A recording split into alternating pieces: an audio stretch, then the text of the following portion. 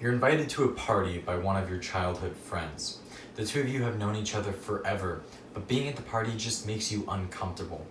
Everyone is upper class and super wealthy, and you just don't feel like you're in the right place. Your wealth is preventing you from being you. Though I'm clearly not the only person to think this, but I plan on having at least somewhat cushioned retirement where I can spend money on my friends, my family, and myself. Additionally, nobody plans on being economically unstable.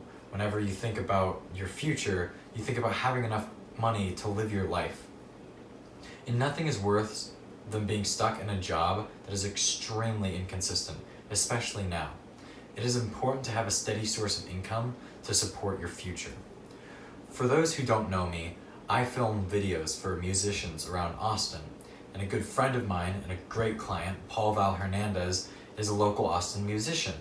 If you know anything about music right now, you probably know where this is going, but Paul isn't exactly in the best position right now.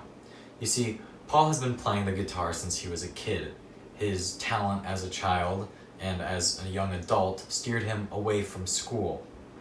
Because of this, he doesn't have a backup source of income. Most small musicians can support their music career with a part-time job somewhere else, but now, Paul has no formal education and is unemployed. This is really important to me because musicians coincide with what I do, and in Austin, music is such an important part of the culture. The thing is, since coronavirus, I've even considered reimbursing some of these musicians for times I've filmed with them, because even though they might make more money than me overall, and they might be older than me, they don't have the opportunity to just come back here and live at home with their parents. They're on their own. According to Paul and many other musicians like him, they've lost their only real source of revenue, that being concerts. And concerts don't plan on coming back anytime soon. And it's going to be even harder for musicians to get concerts whenever they've had this large of a break.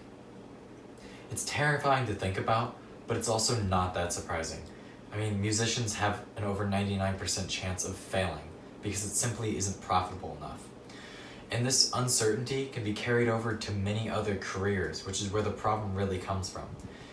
And because of coronavirus and other events that can dramatically affect careers, one has to find a stable job or at least something to help prop them up against financial insecurity.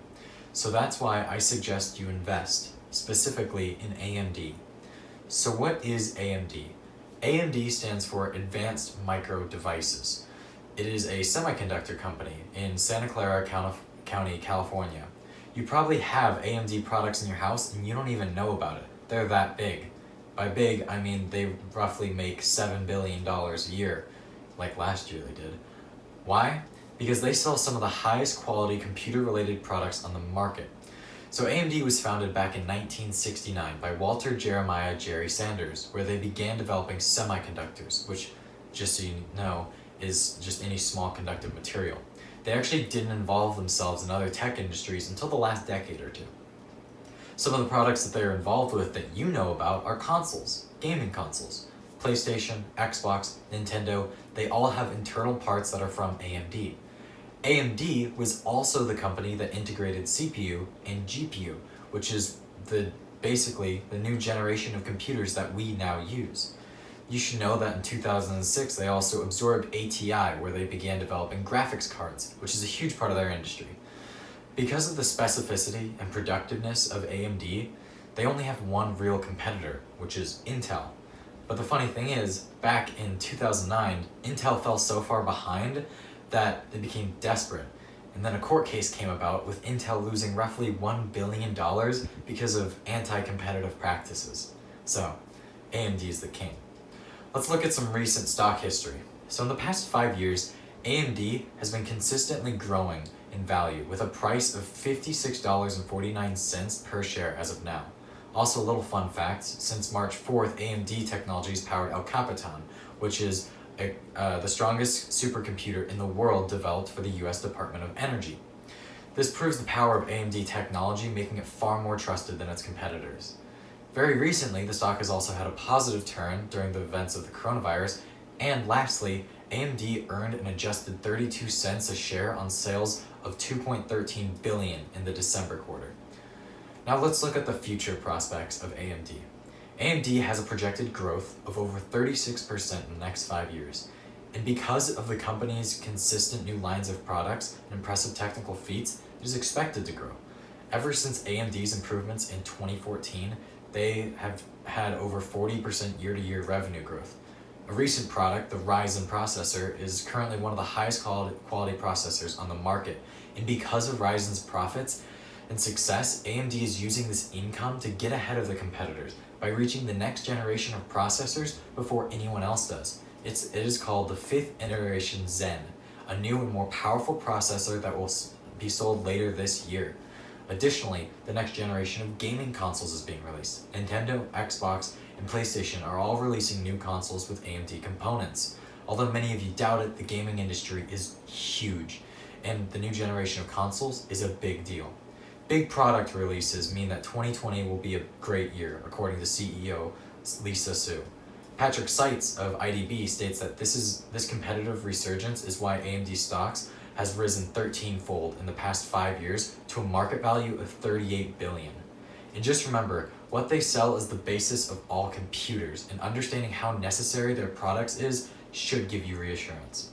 So let's talk about AMD's success story. Until 2014, the company didn't have a clear goal or plan, but then came Lisa Su. She was the company's first female CEO and is the current CEO today. Ever since her arrival, the company has had a streamlined plan and it's grown exponentially.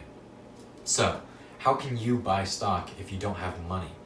The best way to buy stock like this is to kill 2 birds with 1 stone. Everybody has things like spending money on booze, clothes, food, any sort of little thing that you enjoy.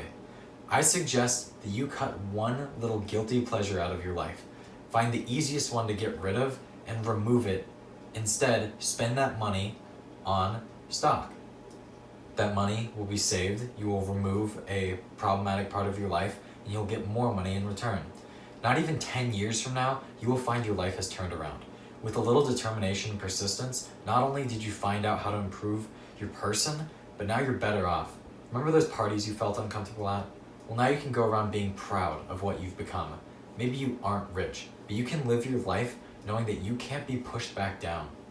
So everybody needs to be added to my reference list. Meet with me after and give me your email and your name, and you can take control of your money. Thank you.